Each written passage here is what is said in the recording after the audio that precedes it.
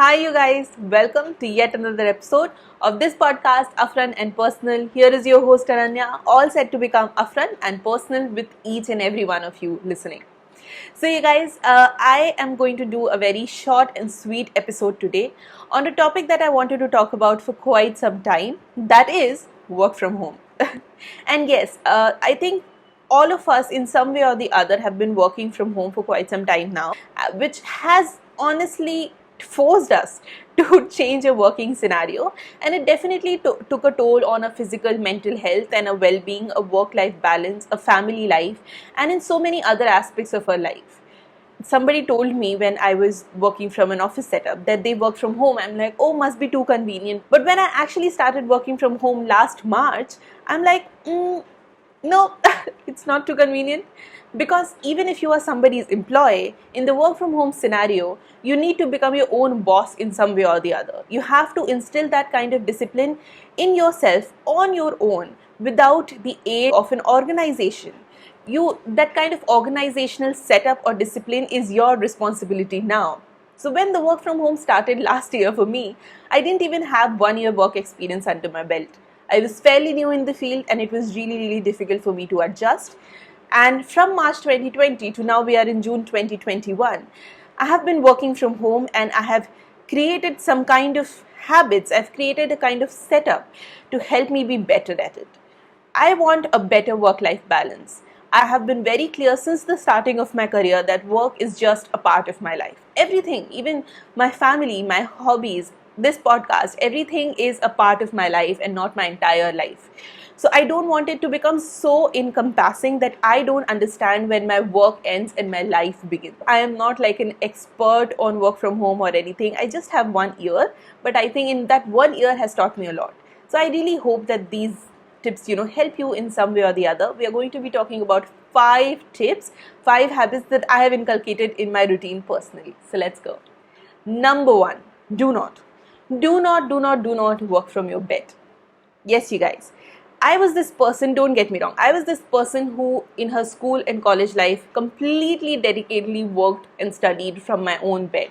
I have given final exams, I have participated in moot competitions, I have done everything, I have prepared for interviews, all of this while working from bed. It worked out great for me at that time. But when the work from home started, I didn't even own a table and I started working through my bed. And then I'm like, this isn't working, because at the end of the day when I come to bed, I'm like, I'm going to sleep in my workplace, it feels like. And it was daunting on me, because I'm like, I have no boundaries between my workstation and my bed. And my bed, which was supposed to be like a sacred thing for me, like a sanctuary of me resting, it's no more that. So I made sure that I had a setup. So I came back to my parents' home last May, and the table on which I have given my 10th, 12th exams, the table that I owned since I was 4 years old, I set up my workstation over there. I figured out a charging point around it, and I'm like, okay, this is where I'm going to sit. I made sure that my entire family knows that do not disturb me. I'm going to be here for 8 to 10 hours. And this has been my workstation since forever. And it has really helped me. Even a person who was like me, who wasn't accustomed of sitting on a table for long hours, of course, except when I had to in office and stuff like that, it really helped me make sure that I understand that now I'm going to office. At 10 o'clock, I sit on that chair. I have made that chair very comfortable because, of course, your posture and everything, it really matters. So I have put like cushions, I have put a footrest, I have made sure that it's a sanctuary where I feel my most productive. So I sit over there from 10 o'clock. As soon as it hits 10, till whatever time they need me in the day, and I'm there and I'm working, and when it ends, I go to my bed and I watch a movie and stuff like that, and I go to sleep. So that has been my routine and it has really helped me. So try it out. Number 2, take frequent breaks. I am not telling you to break your work ethic. I'm sure you guys are very hard workers. I'm sure you guys are very serious and sincere about your work. But it doesn't mean that you cannot take breaks. We often think that we shouldn't afford ourselves breaks because, how could we take breaks? Breaks are for lazy people. It's not like that. I have maintained a schedule, and it's only on my father's advice, because he saw me, sitting on the table for 8 hours straight without even moving, except if I have to go to, washroom or eat something. He told me to take a break of 5 to 10 minutes, whatever I can afford, after every 2 hours, whether it's a deep working session or if I'm just taking calls and stuff like that. I get up and I walk around the house for 10 minutes. And that break cannot be used to, scroll on social media or just sitting somewhere else. You have to get up and move around. You have to move your body. It's very important to maintain the blood circulation.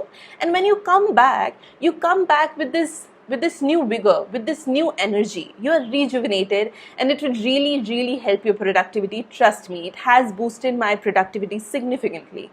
And I always believe, you guys, and I've said this so many times in this podcast also, that you don't really have to be just busy. You have to be productive. It doesn't matter if you're sitting on a table chair for like 10 hours. It matters what all work you have gotten done. So if you take these frequent breaks, you will not be exhausted. See, we all work long hours and we have to somehow train our mind to think that our body and mind are not tired. And there's this beautiful line that somebody said in an interview. I will trace that interview down.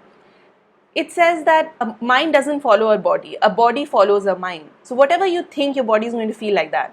Of course, I'm not saying that, everything, if you have a disease or disorder, that will get cured like that. But I'm just saying that if you take frequent breaks, your mind will be channelized and wired in a way that it will feel like, no, I'm not having an overwhelming day. So yeah, I think this really helps in boosting your productivity and also making sure that you're getting some movement done. Number 3. Okay, keep a water bottle or some kind of maybe a glass of water in your eyesight. When we were in an office setup, we always had a water cooler or anything where, there was a designated spot for water. You can go and fill up your bottle. Or if, there are some organizations that are kind enough where workers or, the support staff, they come and they give you a bottle, they fill in your glass of water and stuff like that. I had that in my organization. But today, we don't have that luxury. We had sitting in our homes. And as I started this episode with, we are expected to create that kind of organizational setup for ourselves on our own. So you have to make sure that you don't really have just water in your house. You have water bottles, or if you like to just have like a glass of water in your eyesight, on your table, in your workstation.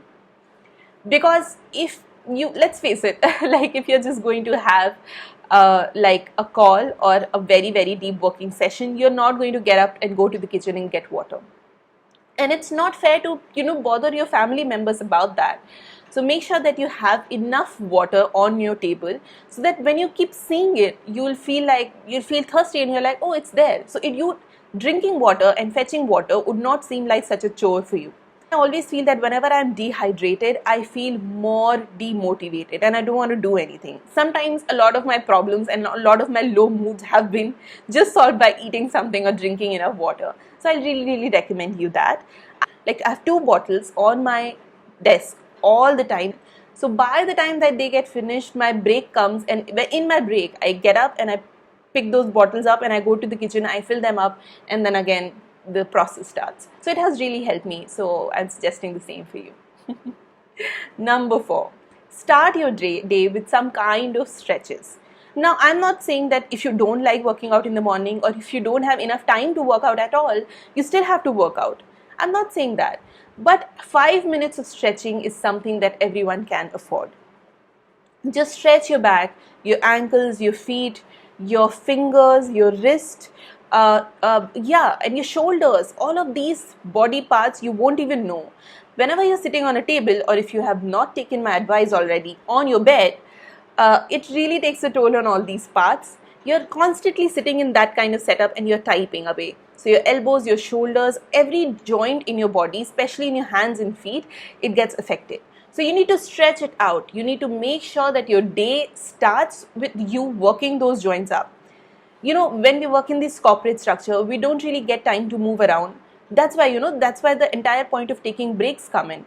I think I have always found myself that if I don't take conscious efforts to make sure that my body moves, my body is not going to move, because I am not getting paid to move my body.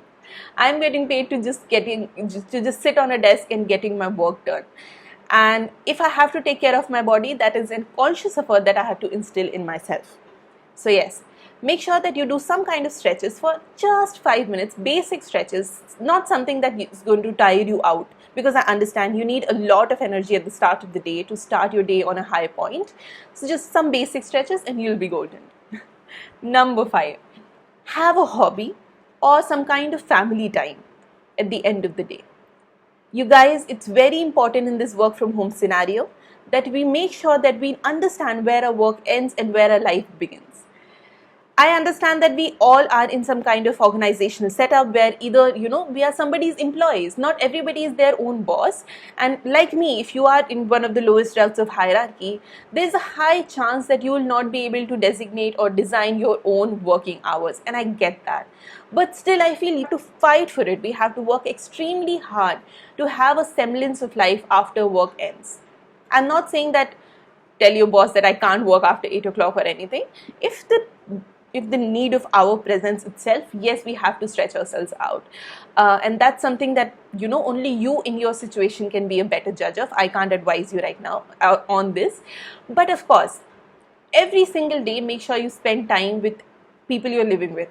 Whether it's your partner, whether it's your kids, whether it's your parents, like in my situation, your roommate. I think it really helps us just feel happy at the end of the day. Because, when your kids are sitting on your lap, or when you're sitting with your parents, when you're just spending some quality time with your roommate or your partner, I think it will really make you happy. It will make your heart happy. And you'll feel like, okay, great. Now, the work has ended. And, when we were in an organizational setup, we will pick up our bag and we'll go to either a public transport or our own private transport, and we would travel for 20-30 minutes. We would be at home and we would change out of clothes and everything, and we would feel that okay, the work has ended, we are home. But right now, all I have to do to end my work is shut my laptop, and then I'm at the exact same position as I was 8 hours, 10 hours back. So it doesn't really feel like coming home. So what I do is, as soon as I, shut my laptop down, even if I'm not free by 8 o'clock, I still shut my laptop down by 8 o'clock. I go and spend 1 hour with my mother where we are preparing dinner and we're just eating dinner together. And then I'm back if I have to be back and I have work spilled over. But yeah, I really like that dinner time to follow my work life. So yes, spend time with the people you are living with, and make sure that you have some kind of hobby. I think it has really helped me and my mental health to have reading as my rescue even. I'm not even going to call reading my hobby. Reading is definitely my rescue. I'm really glad that I have a podcast and a YouTube channel, because working on this doesn't really seem like work. It's super fun, even if I have to sit for 2 hours and edit. I really like it. And it just find out whatever your hobby. People are subjective. People, are different. So whatever just makes your heart happy. And if your hobby is something that's seeming like work, maybe change it, because I don't want you to work round the clock. Like, I don't want you to shut your laptop and start another venture. If this podcast or YouTube starts seeming like work to me, I would be really disappointed. That's why, I keep my schedule very free, and I've designated days on which I want to do this. Because if this starts seeming like work, I would not be able to enjoy it as much as I do right now. Do whatever, maybe learn something new, maybe just go out for a drive, maybe just read, maybe just take a walk. Because again, if you're just going to work and shut your laptop, go to sleep, and again next morning start the same process again, you'll feel like the new day has started, but the previous day, did it end? I'm not too sure. And you'll always be in this kind of agony, and I don't want you to be like that, because it really takes a toll on our mental health. I did that for the first 4 months of my work from home, and then I was done. I didn't want to follow that lifestyle anymore. If you don't have that kind of time at the end of the day, make sure that you have that kind of the time, at the beginning of the day, where you work out, where you just sit in silence, and if you're a morning person, take your tea or coffee or whatever, and just see the morning unravel itself. I think it's a beautiful experience to start your day with. So these are 5 tips, you guys, that really helped me make sure that I had a semblance of work-life balance, and my mental health was still intact during this crazy time. I'm not saying I didn't struggle. I worked really hard to make myself still happy and healthy in this crazy situation, and I hope I've helped you guys even a little bit. So if you have any helpful tips and tricks that help you make a good work-life balance, please comment down below. or message to me on my Instagram. My Instagram is Ananya2893, ANANYA2893. The Instagram link is down in the description box for YouTube audience. Podcast audience, do not get confused. You can always write to me on my Instagram. I'm gonna go now, and yeah, I hope you have a great day. Bye.